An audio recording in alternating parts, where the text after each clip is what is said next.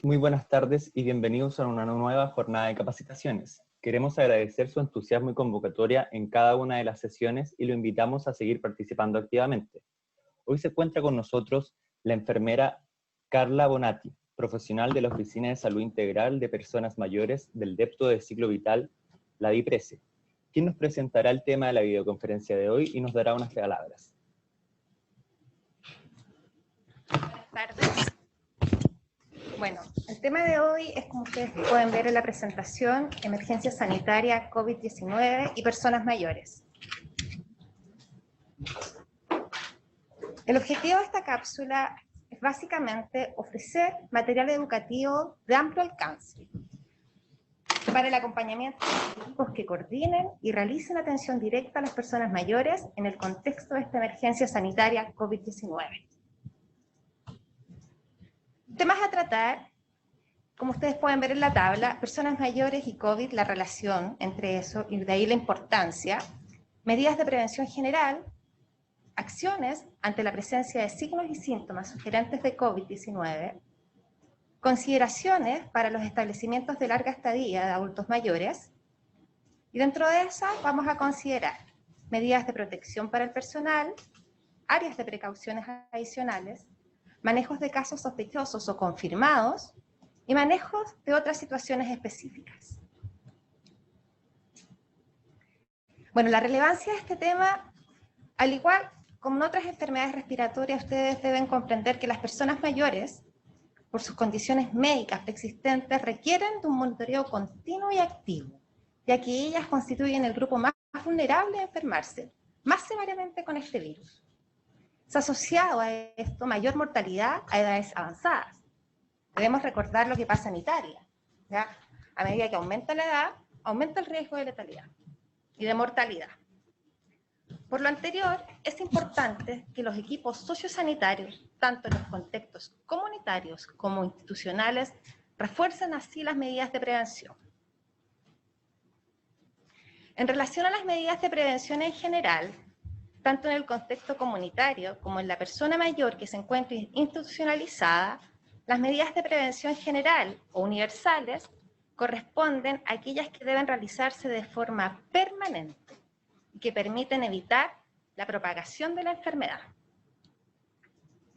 Dentro de ellas encontramos una adecuada higiene de manos, ya que ustedes pueden ver acá que es importante reforzar esta higiene de manos con agua, con jabón, hacer un espacio, hacer hartas frote en todos los espacios interdigitales en la zona de los nudillos. Lo ideal es de 40 a 60 segundos. La higiene de la tos también constituye una higiene, una medida de prevención. Es importante considerar que se deben utilizar pañuelos desechables y eliminarlos inmediatamente. Es muy común en las personas mayores que tengan el hábito de usar pañuelos de género. Eso estrictamente no está recomendado por lo mismo. Hay que usar pañuelos desechables y eliminarlos inmediatamente. Si tienen que estornudar, deben cubrirse la boca y ojalá alejarse, ¿ya? También destaco como medidas de prevención, cuando no dispongamos de agua y de jabón, está la aplicación de alcohol gel. Lo importante de esta medida es que tiene que ser con las manos limpias, ¿ya? Y debe, ojalá, hacer los mismos pasos que la higiene de manos, es decir, pasando también por todas las zonas interdigitales, haciendo énfasis en los nudillos, ¿ya? El distanciamiento social es una de las medidas más importantes, que está bien publicitada y que tratamos de que se cumpla, ojalá, en todas las condiciones, ¿ya? ¿Qué hacer en caso de la presencia de signos y síntomas sugerentes de COVID? Bueno, los síntomas sugerentes de sospechas: tos, fiebre axilar igual o sobre 37,8 grados Celsius, odinofagia, que es el dolor de la garganta, dificultad respiratoria y mialgia, que son los dolores musculares. Frente a esta sospecha, también tenemos que considerar en las personas mayores que existe una presentación atípica de estos síntomas. Muchas veces ellos no van a presentar fiebre, por lo tanto, no podemos esperar que la persona mayor presente fiebre para recién preocuparnos, ¿ya? También hay otra sintomatología que puede presentar, como decaimiento, desorientación, Si la persona mayor tiene algún deterioro del estado cognitivo previo, lo más probable es que esto también presente alguna alteración, se pueda volver un poco más inquieta, o de lo contrario, puede presentar delirium hipoactivo, o sea, mucho más somnolienta, ¿ya? Y con pocas ganas. También María José Gálvez, psicóloga del equipo de envejecimiento, fijarnos que los familiares van a llegar al servicio de urgencia diciendo que la persona mayor se ve distinta, que está desorientada, por ejemplo, que está con conductas repetitivas, que ha tenido cambios en su manera de expresarse, puede ser que esté muy somnolienta en el caso de un delirium hipoactivo, o que esté muy agitada, que esté viendo cosas que no están ahí en casos de delirium hiperactivo, e incluso en casos de demencia, los familiares van a ser capaces de darse cuenta de un cambio en el estado cognitivo de la persona mayor. Perfecto. ¿Ya? En cualquiera de las dos circunstancias y la forma de presentación de los síntomas, es importante gestionar una evaluación médica a la mayor brevedad posible, o acudir al servicio de urgencia más cercano, siempre considerando evitar las aglomeraciones y los horarios. Ahora, algunas consideraciones para los establecimientos de larga estadía para los adultos mayores. Se recomienda, ojalá, que se pueda elaborar en conjunto un plan de contingencia en el LEAM, ya en el contexto de COVID-19. En esta fase 4 de la pandemia asociada a COVID-19, todos los LEAM debieran estar preparados para afrontar estos casos. Las recomendaciones y las consideraciones son en base a algunas preguntas también que debemos considerar, y en base a algunas disposiciones que se han elaborado en relación al Ministerio de Salud. Durante este periodo, que se mantenga la restricción vigente, se restringen las visitas a la residencia o establecimiento durante un mes y de aquí en adelante, y estas medidas podrán ser extendidas por la autoridad sanitaria según cómo vaya evolucionando esta pandemia. ¿Ya? En ese mismo contexto, habla René Guzmán, el encargado del programa de personas mayores. Según un documento emitido el día 2 de abril, el R236, los LEAM actualmente quedan en aislamiento o cuarentena, y se permite solo el ingreso de personal y trabajadores que sean indispensables, ¿cierto?, con los controles sanitarios tanto al ingreso como a la salida. Esta condición es de carácter indefinido, por tanto, tenemos, y aquí somos bien enfáticos, ser claros en que no deben ingresar visitas o personal externo a los establecimientos de larga estadía. Existe además una declaración jurada para trabajadores del LEAM que se puede encontrar en la página que está aquí, donde ellos declaran en el fondo no tener síntomas respiratorios y estar en condiciones de poder trabajar con las personas mayores. Además, aquellas personas externas que necesitan también entrar por alguna situación puntual deben asistir al centro o a la residencia, deberán respetar todas las normas de prevención generales, ¿ya? Que estas tienen que ver con la higiene de manos inmediatamente al ingreso y limitar su acceso a aquellas zonas donde estén los residentes más vulnerables. Es por eso que las recomendaciones que nosotros les vamos a presentar tienen que ver un poco con disminuir los riesgos, ¿ya? Lo ideal es que el encargado del recinto debe coordinar la planificación de medidas de prevención para este COVID, informando al equipo de la residencia. ¿Y cuáles son estas recomendaciones? Primero, debe contactarse con el CEREMI y el CESFAM correspondiente para informar que existe la elaboración de este plan de contingencia. Debe haber una comunicación expedita y oficial con el personal del LEAM, con los residentes y con los familiares respecto a cómo está el estatus del impacto del COVID en el establecimiento. También le corresponde evaluar y realizar una proyección del stock de suministros de la residencia. ¿A qué se refiere?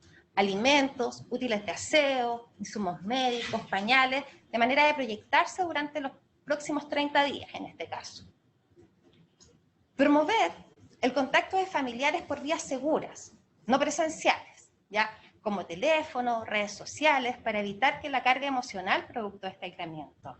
Es importante mencionar que la persona mayor, al no contar con la presencia de un familiar cercano, puede deprimirse, puede sentirse solo, por lo tanto, hay que favorecer esos espacios de comunicación.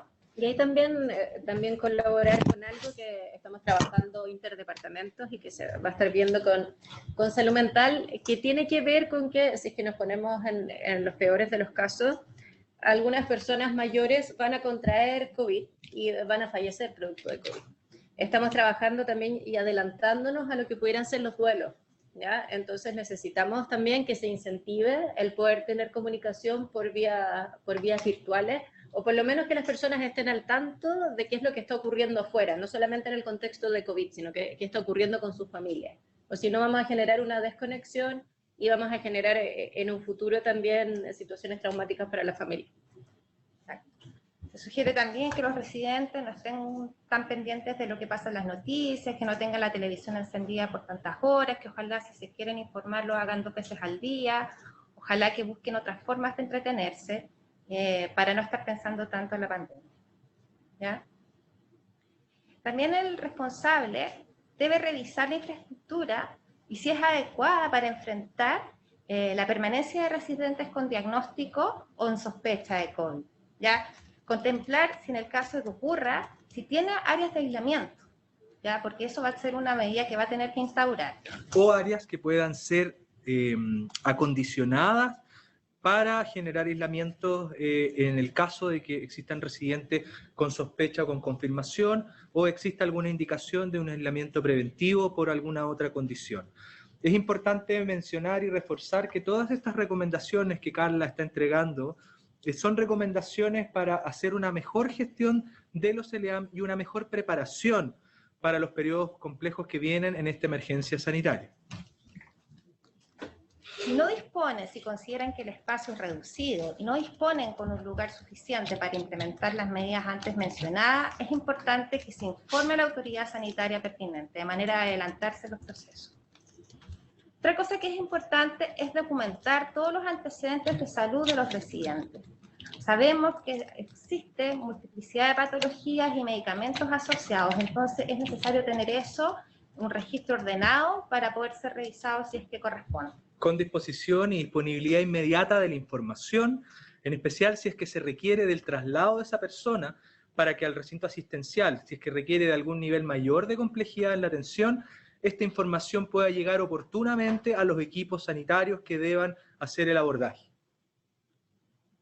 Otra de las funciones que hay que considerar es tratar de asegurar la disponibilidad de elementos de protección personal para la atención directa al residente con sospecha o confirmación de COVID-19. ¿Ya? En este contexto entendemos que en los CELEAM específicamente es potestad y es obligación del SENAMA poder proveer de estos elementos a los distintos equipos sociosanitarios de la residencia. Pero en este contexto nos parece importante relevar que debe haber disponibilidad de elementos por parte de los equipos de atención directa. En este contexto también es importante que sepamos que la mascarilla, lo vamos a ver más adelante también, es una medida preventiva muy relevante que tiene que estar asociada a la atención, como dice ahí, de residentes con sospecha o confirmación, pero también se recomienda como uso general si es que la capacidad local así lo permite. Además de la mascarilla, también lo vamos a ver más adelante, la antiparra, ¿cierto? También es una medida que hoy estamos nosotros intencionando, dada la escasez que existe de los insumos y más que la escasez, la disponibilidad inmediata de ellos. Es importante también revisar el protocolo de limpieza y residuos del LEAM. Revisar con qué insumos disponemos y de todas maneras existe una recomendación que ustedes la pueden encontrar acá en este sitio.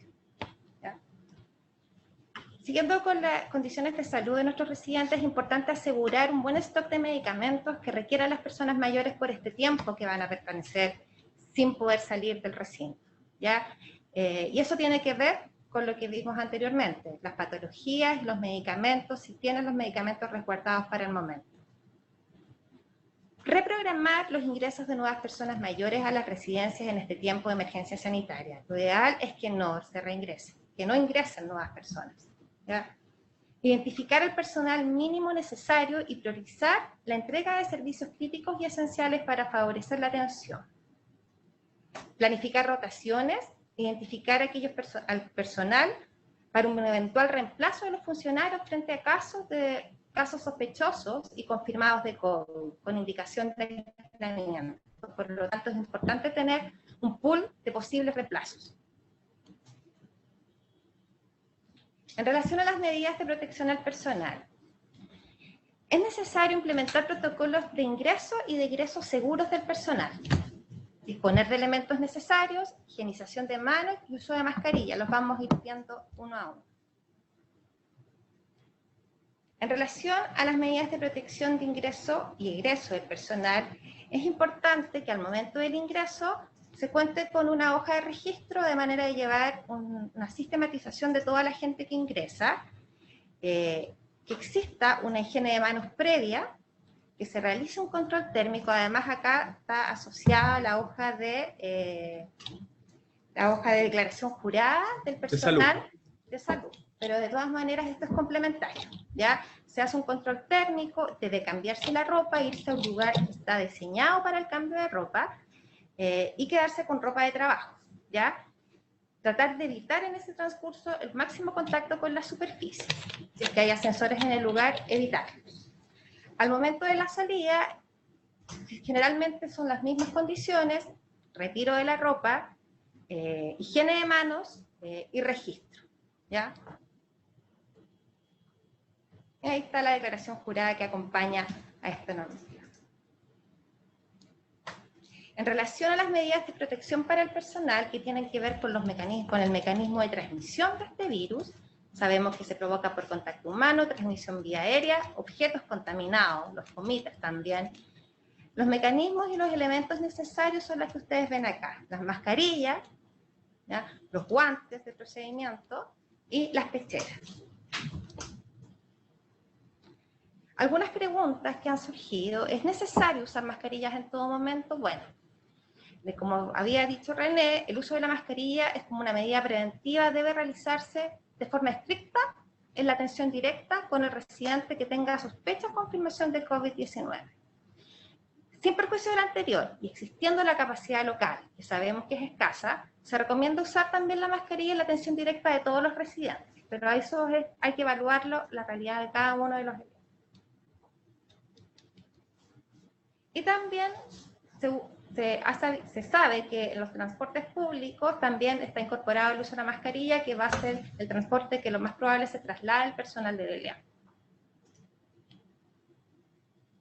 En relación a la higiene de manos, es importante mencionar que al comienzo, al momento del ingreso, lo más probable es que no cuente con un lavamanos y agua corriente para el lavado de manos, por lo tanto ahí lo hace con alcohol gel.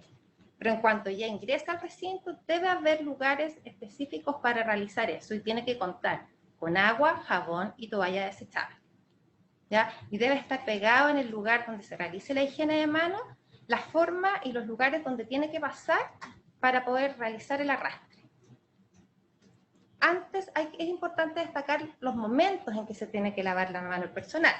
Antes y después de utilizar elementos de protección personal, después de tener contacto con personas sospechosas o confirmadas de COVID, después de cualquier contacto con secreción respiratoria, antes de comer, antes y después de usar el baño, ¿ya?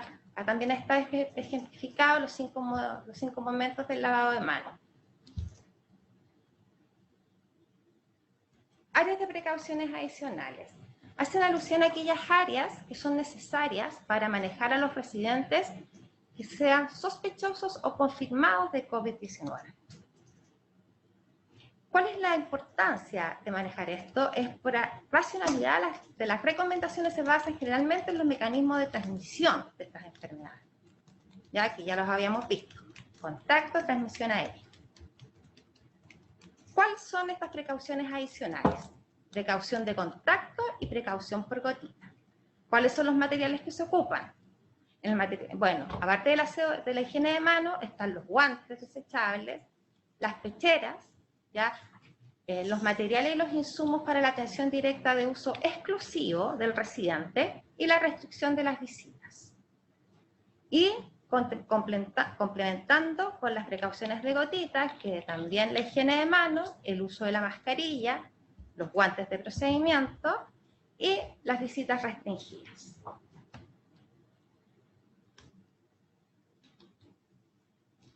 Ahora, una vez que se evaluó el ELIAM y se dan cuenta que no es posible dividir las habitaciones para tratar de propiciar un aislamiento a cada uno de los residentes, ¿qué se puede hacer? ¿Ya? Lo ideal y lo que se recomienda es que se pueda implementar un aislamiento de corte. ¿Y de qué se trata esto? Se trata de agrupar a residentes que estén pulsando por la misma infección, por el mismo agente patógeno, en un lugar determinado del centro. ¿Qué otras características debe tener? Deben ser atendidos por el mismo personal y los equipos deben ser de uso exclusivo. El lugar debe contar con un lugar para hacer la higiene de manos, que significa lavamanos, toallas desechables. El residente debe tener un baño exclusivo, ¿ya? Las camas deben estar separadas al menos de 1 metro y deben tener los dispositivos de desecho dentro del recinto para poder eliminar todo el material de protección. Otras preguntas que surgen. ¿Cómo debe ser el baño de uso exclusivo para la persona con sospecha o diagnóstico de COVID-19? Tener toallas desechables para el secado de las manos. Debe ser desinfectado como mínimo 2 veces al día por una persona que utilice todos los elementos de protección personal desechables, tales como pechera, guantes, mascarillas y antiparras. Las recomendaciones también las pueden encontrar acá para nuestros técnicos. ¿Cómo lavar la ropa de la persona con sospecha de diagnóstico de COVID-19? También es una pregunta un poco recurrente. Debe ser guardada una vez que se utilizó en bolsas plásticas debidamente rotuladas, luego se retiran de cualquier elemento sólido, a eso nos referimos con deposiciones, apósitos o algo que pueda haber quedado en la sábana, ¿ya? O en la ropa del residente. El lavado en máquina se recomienda una temperatura entre 60 y 90 grados con detergente comercial, nada especial, ¿ya? En caso de no existir disponibilidad de máquinas de lavado, se recomienda remojar la ropa y la ropa de cama en esta solución de cloro 0,05% por 30 minutos. Y luego lavar y secar según el procedimiento, ¿ya?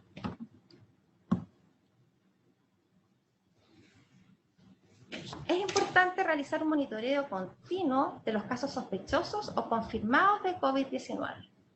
Se debe instaurar un protocolo de registro y de horario permanente del control de signos vitales, ¿ya? Las pesquisas de otros signos respiratorios también, tales como tos, dificultad respiratoria, a todos los residentes y ojalá llevar un registro continuo de esto.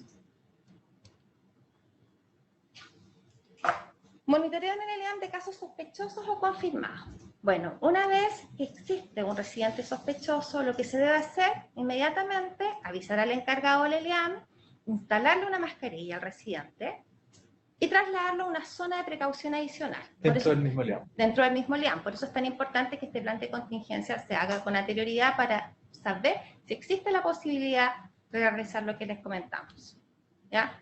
Inmediatamente, posterior a eso, hay que solicitar una evaluación por médico presencial o no presencial. Y ahí está el hospital digital como una de las alternativas, ¿ya? Y aquí está el esquema que ellos van a llamar, van a ser atendidos por un profesional del área de la salud, y en relación a eso y a la sintomatología, se va a derivar a médico geriatra o a médico general. Quiero aprovechar de contarles que en relación a Hospital Digital, hoy día 8 de abril, parte la posibilidad de que los equipos consulten a Hospital Digital y al mismo tiempo puedan acceder a si es que los profesionales de Hospital Digital que atienden la llamada no logran dar la orientación que necesitan los equipos sociosanitarios, estos profesionales tendrán la posibilidad de consultar de manera simultánea a médicos generales que pertenecen a la plataforma de Hospital Digital.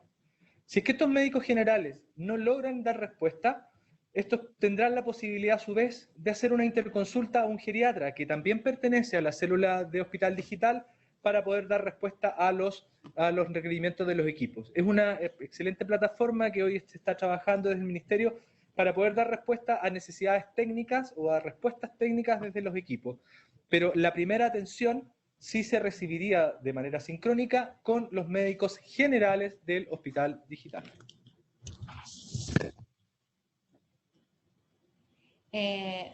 Manejo de residente confirmado con COVID-19 en el EAM. Aquí hay que realizar precauciones adicionales durante 14 días o cese de los síntomas y control de signos vitales frecuentes. Frecuencia cardíaca, presión arterial, temperatura. Cada localidad, la idea y lo ideal es que tenga protocolos diferentes acorde a cómo se dispuso el trabajo con el sector, quiere decir con su red, ¿ya? Por eso es fundamental que se realice el primer paso de esta guía práctica, que tiene que ver con la elaboración de un plan de contingencia, para poder estar preparado para la situación, si es que ocurre. ¿Ya? ¿Qué otras situaciones pueden ocurrir? Fallecimiento del residente sospechoso confirmado de COVID-19. Dada la vulnerabilidad de nuestros pacientes y la multiplicidad de sus patologías, puede ocurrir. Por lo tanto, existen unas recomendaciones que están en el documento vigente de la OPS-OMS, que es manejo de cadáveres en el contexto del nuevo coronavirus. Y de todas maneras existe esta especie como de pauta de cotejo, en donde están las acciones muy bien identificadas y las ideas ir tipeando, ¿ya? Avisar al CEREMI de salud para la implementación del protocolo, informar de manera inmediata al equipo que entregaba la atención en red, si cuenta como médico en el EAM, avise para el certificado de función. En caso de no contar con él, será la red de salud quien provee este servicio. El encargado de comunicación con familiares contacta al tutor para dar aviso de fallecimiento. En caso de que la persona mayor cuente con red de apoyo, se le debe entregar la orientación necesaria para el proceso que continúa, que es bastante doloroso, así que hay que tener ahí una persona encargada que tenga las habilidades para realizar esto. Y una vez trasladado, se debe realizar limpieza y desinfección, según lo descrito en la sección de limpieza en el área de aislamiento. Transporte de casos sospechosos confirmado a otro establecimiento. Ya, lo ideal es que no deben salir de las áreas de aislamiento salvo que sea estrictamente necesario. Y cuando es estricto necesario, cuando existe un mayor compromiso de su condición general. ¿Ya? El personal que acompaña al residente es trasladado a otro establecimiento, deberá usar todos los elementos de protección personal. ¿Ya? El método de transporte también posterior a este requerirá de limpieza y desinfección, ¿ya? Para evitar la transmisibilidad del microorganismo. Ingreso de residente nuevo desde otro establecimiento, bueno, como habíamos dicho anteriormente, ojalá reprogramar los ingresos de nuevas personas, ¿ya?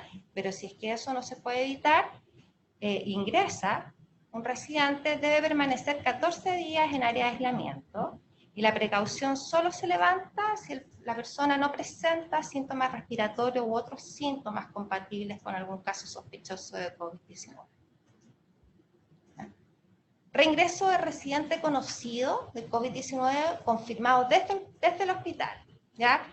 Requerirán al menos 2 estudios PCR negativos después de al menos de 24 horas de la resolución de los síntomas para poder levantar el aislamiento.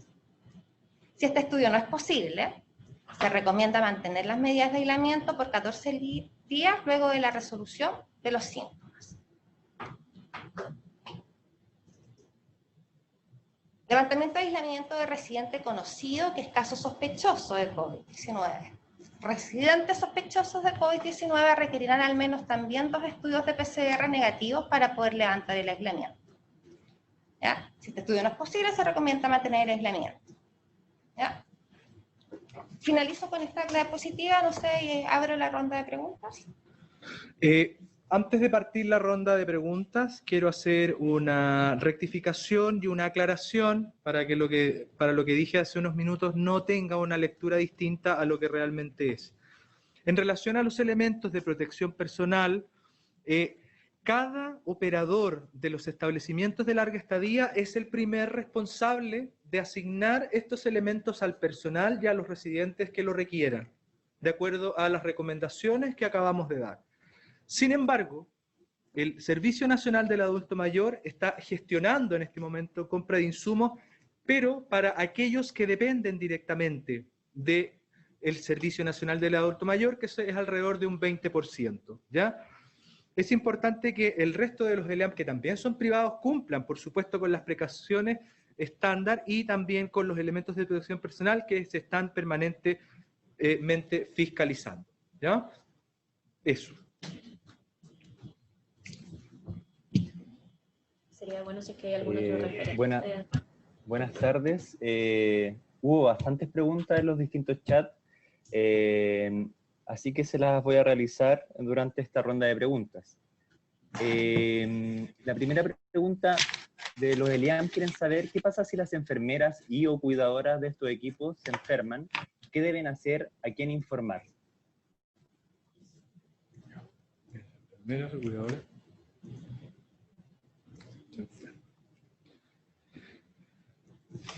El protocolo de actuación en estos casos tiene un sentido muy similar a lo que ocurriría si es que un residente dentro del mismo establecimiento hubiera la sospecha de síntomas asociados, ¿ya? Lo primero, lógicamente, es impedir que este funcionario tenga contacto directo con alguno de los residentes o con alguno de los otros funcionarios que estén que estén dentro de la residencia. Por eso es tan importante que los ELEAM desarrollen un protocolo de ingreso y egreso, donde tanto al comienzo como a la salida exista un testeo de síntomas sospechosos, temperatura fundamentalmente, ¿cierto? Que el uso de la ropa sea dentro de la institución, no sea fuera de la calle, y hace una serie de recomendaciones, ¿ya?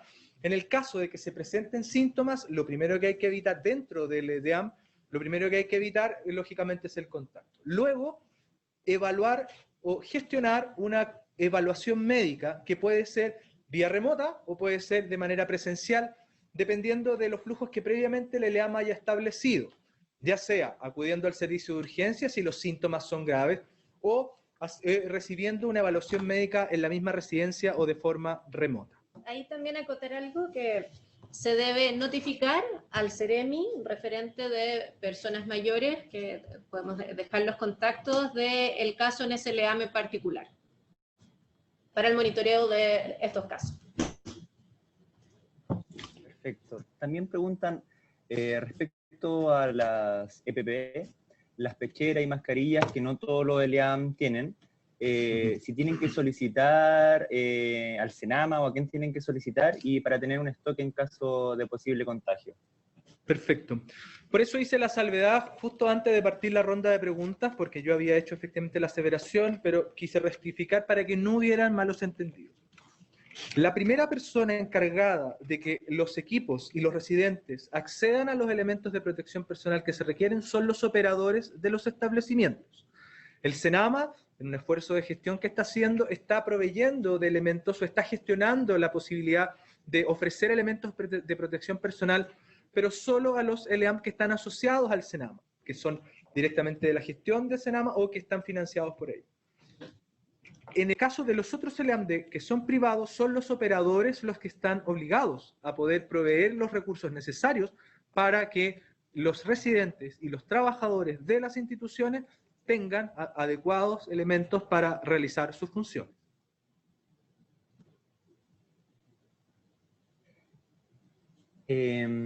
Otra pregunta, ¿qué pasa si no hay espacio suficiente para hacer el distanciamiento social de los residentes que se habló durante la presentación? Sí, de acuerdo a lo que hemos mencionado, lo que se debe hacer es primero una coordinación entre los encargados de Senama, encargados de CEREMI respecto a personas mayores y los servicios, ¿ya? Con atención primaria. Y si es que no existiera, porque eso es algo que podemos saber previo, en el fondo, a que esto ocurra, se debe notificar a estos encargados de la CEREMI. Por eso es tan relevante generar este plan de contingencia en cada uno de los establecimientos de la manera más precoz posible, porque si logramos informar a la red de apoyo que va a tener esta institución, salud y social, podemos buscar alternativas distintas para poder generar los aislamientos que indican los equipos sanitarios. Entonces es muy importante que los establecimientos ya comiencen a trabajar este plan de contingencia y que empecemos a visualizar de la manera más precoz posible estas dificultades que tendríamos para los manejos internos de los pacientes. En varios de los chats que presentamos en los links, preguntan, dijeron en algún momento se expuso vía aérea, pero el contagio, preguntan, ¿es por gotitas? Si se puede especificar nuevamente y cuáles son las medidas. ¿Contacto gotitas? Sí, por favor. Sí, perfecto. Vamos a volver a la presentación y vamos a ir al punto que están consultando para que quede todo claro. ¿Puedes volver a exponer los distintos medios de contagio? Sí, vamos a buscar.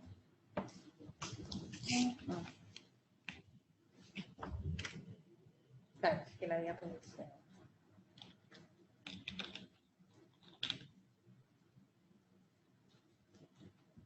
Ahí está. Bueno, las formas de propagación fundamentalmente descritas son 3.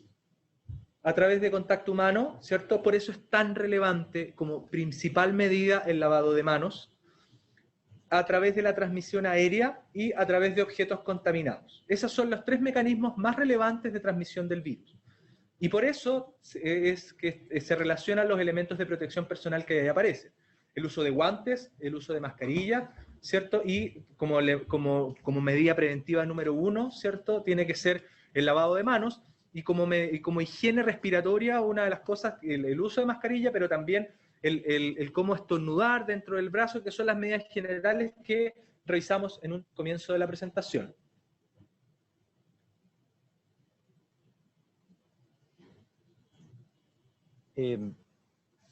Pero lo que pregunta, entonces, ¿es vía aérea o por gotitas? Por gotitas. Por gotitas. Por gotitas. La transmisión es por gotitas. Perfecto. Que eso estaban preguntando porque perfecto. como dice transmisión, como bien, dice perfecto. transmisión aérea, Vamos a mucha hacer de la gente estaba confundida con eso. Sí. Ya, perfecto. Hacemos entonces la rectificación, entonces por contacto directo, por gotitas y a través de objetos que pudieran estar contaminados, considerando que de acuerdo a la evidencia existente, en las distintas superficies hoy el virus podría tener distintas horas o distintos tiempos de duración. Perfecto. ¿El protocolo de manejo de cadáveres ya se encuentra validado? Y si es así, ¿dónde se puede encontrar? Actualmente, el protocolo de manejo de cadáveres que estamos utilizando son las recomendaciones que hace la Organización Mundial de la Salud, y ahí mismo en la presentación nosotros dejamos el link para poder acceder directamente a las recomendaciones generales que nos hace la organización.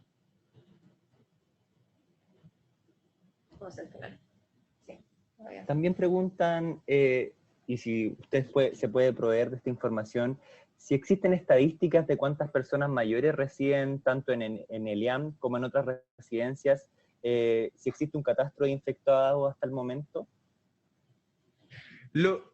Hay gente conectada de Senama. Para la primera pregunta, tal vez ellos nos podrían ayudar a poder insumar a responder la primera pregunta. La invitación ahí la hago abierta.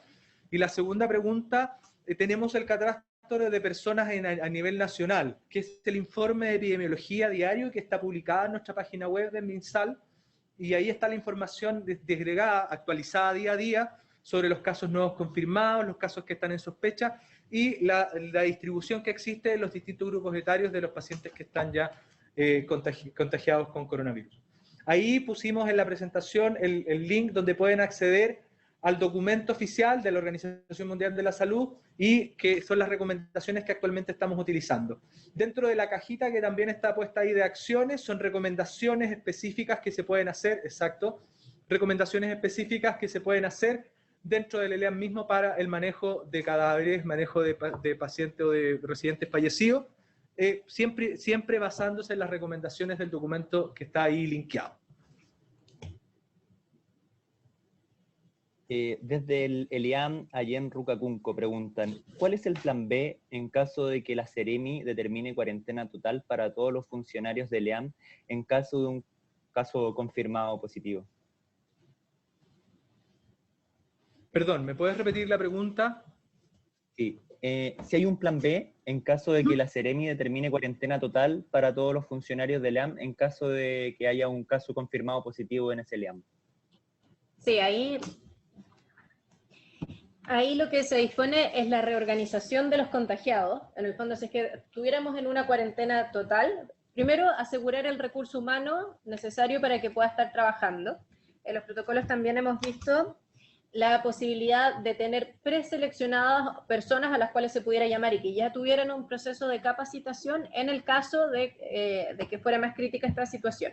Reorganizar a los residentes en términos de los que están contagiados y de los que no están contagiados para poder optimizar los recursos. Vuelvo a hacer énfasis en la necesidad de generar precozmente este plan de contingencia en los distintos dispositivos, porque dentro de este plan de contingencia también deberíamos considerar esta variable de que exista personal de atención directa que pueda tener sospecha o confirmación de COVID. Y en ese contexto vamos a necesitar tener personal de reemplazo.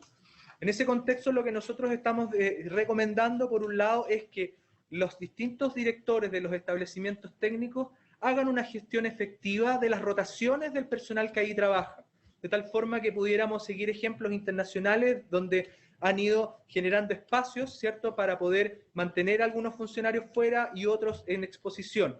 Pero eso va a depender de las capacidades a nivel local, pero para eso necesitamos que exista una gestión precoz y una determinación precoz de esas necesidades, ¿ya? Perfecto. Preguntan respecto a las restricciones de visitas que están vigentes. Preguntan si serían el personal, si ellos serían el personal externo, ¿qué ocurre con los procedimientos como cambios de sondas, curaciones? ¿Quién debe asumir esos procedimientos? ¿El mismo ELIAM? Visitas se refiere, cuando se hizo la definición de visitas, había personal que era personal clínico, que era estrictamente necesario para el funcionamiento y para las atenciones de las personas mayores residentes en los ELEAM. Entonces, en los casos de ese tipo de cambios, quedaría como el personal necesario para el funcionamiento clínico del ELEAM. Es distinto a las visitas familiares o, por ejemplo, el voluntariado que se da en ciertos ELEAM. También preguntan, bueno, hay muchas preguntas, quiero recalcar eso en los distintos chats, la gente está muy participativa. Excelente. Sí. Así que le agradezco nuevamente que puedan estar contestando a todas estas preguntas. ¿Se considera el manejo de hogares en cohortes para centralizar atenciones clínicas más especializadas? ¿Medidas diarias de aseo y ¿sí? De nuevo, por favor. Sí, por favor. ¿Se considera el manejo de hogares en cohortes para centralizar atenciones clínicas más especializadas? Y medidas diarias de aseo y ventilación de los establecimientos, si los pudieran reforzar. Preguntaban también en muchas de las partes cómo se realiza, por ejemplo, el aseo de la ropa de los mismos usuarios, el aseo de los funcionarios. Preguntaban si era con cloro y en cuál proporción. Bueno, la pregunta sobre el lavado de ropa que haces ahí, está el detalle en la diapositiva que estamos en este momento presentando. Los aislamientos en cohorte tienen el sentido de poder agrupar a personas o residentes que tengan condiciones similares, ya sea por confirmación de casos o ya sea por sospecha de casos. En ese contexto son medidas que permiten que residentes que no tienen ni sospecha ni confirmación podamos asegurar o podamos asegurarles un espacio libre de riesgo, básicamente. Ese es el sentido de la distribución por cohorte. Insisto, en estas recomendaciones lo que estamos haciendo, nos estamos adelantando. Ya hemos tenido casos, pero nos estamos adelantando a escenarios donde debamos hacer una redistribución interna de los espacios, incluso ocupando aquellos que son de uso común, comedores o espacios que podamos eventualmente utilizar para poder agrupar residentes que tengan sospecha o confirmación y que eventualmente la autoridad sanitaria o los equipos de salud definan que deban continuar dentro de la residencia y así podamos asegurar que estas personas y que las otras que no están ni con sospecha ni confirmación estén en un espacio seguro y protegido. Respecto a la cantidad de personas mayores actualmente contagiadas por COVID-19, mayores de 60 años, tenemos una tasa del 9,3%, con un total de 146 personas mayores, sobre 60 años, eso fue tomando ese corte. La otra pregunta que se repitió bastante, la indicación de 2 PCR negativas para levantar aislamiento, ¿es solo para este grupo objetivo? En relación a las PCR, nosotros lo que estamos haciendo es la recomendación, y aquí quiero ser muy enfático con algo. Siempre la realidad local y la decisión que tomen los equipos clínicos que evalúen a la persona mayor por sospecha o por confirmación serán los que decidan en terreno si es que efectivamente los tiempos normativos son los que exclusivamente se deben cumplir de cuarentena, o efectivamente los aislamientos se levantan con las PCR ya realizadas. Ahí es importante, nosotros hacemos la recomendación, pero las realidades locales son fundamentales para tomar ese tipo de decisiones.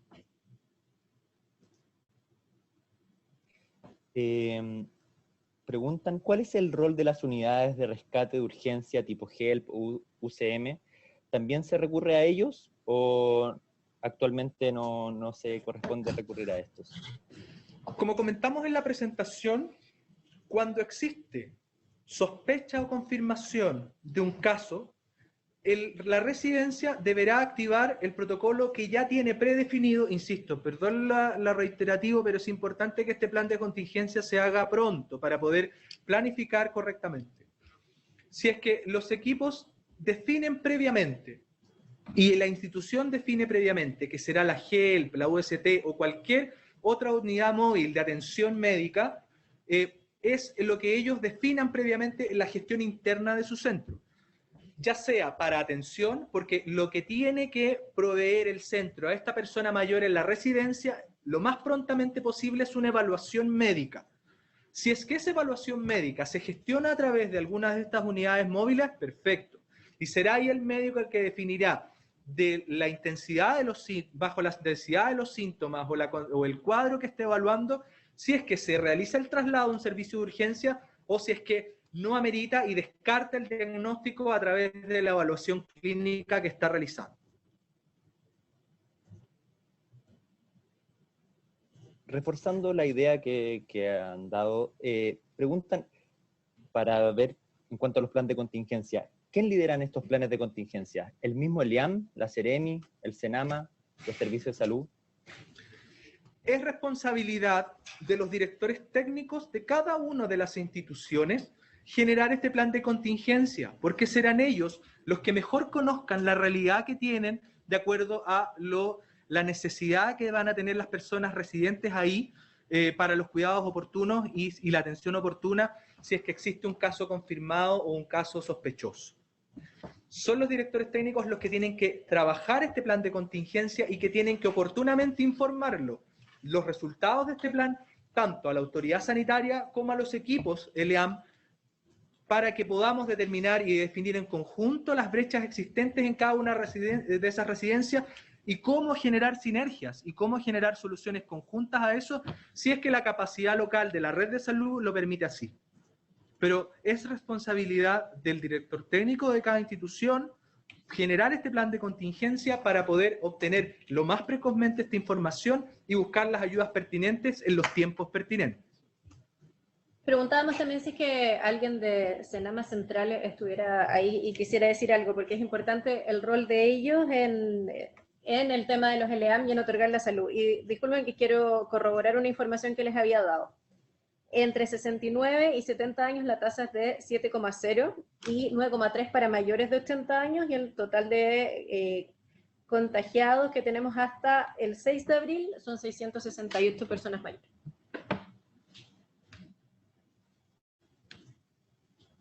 Perfecto. Bueno, muchas de las preguntas que se realizaron se contestan con todo lo que le hemos preguntado, eran las que más se repetían en los distintos chats.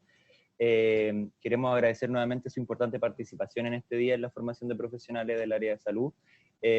Como ya saben, esto lo está organizando el Ministerio de Salud, Hospital Digital, la SOCHIMU también ha participado en toda la realización de las jornadas de las 14 horas. Hemos realizado más de 28.000 conexiones durante la jornada de capacitaciones AM que realiza la SOCHIMI y PM que ha realizado SOCHIMU en conjunto al Ministerio de Salud. Los invitamos a seguir participando. Las presentaciones de las 12 AM se extenderán durante todo el mes de abril, y mantienen los mismos 3 links.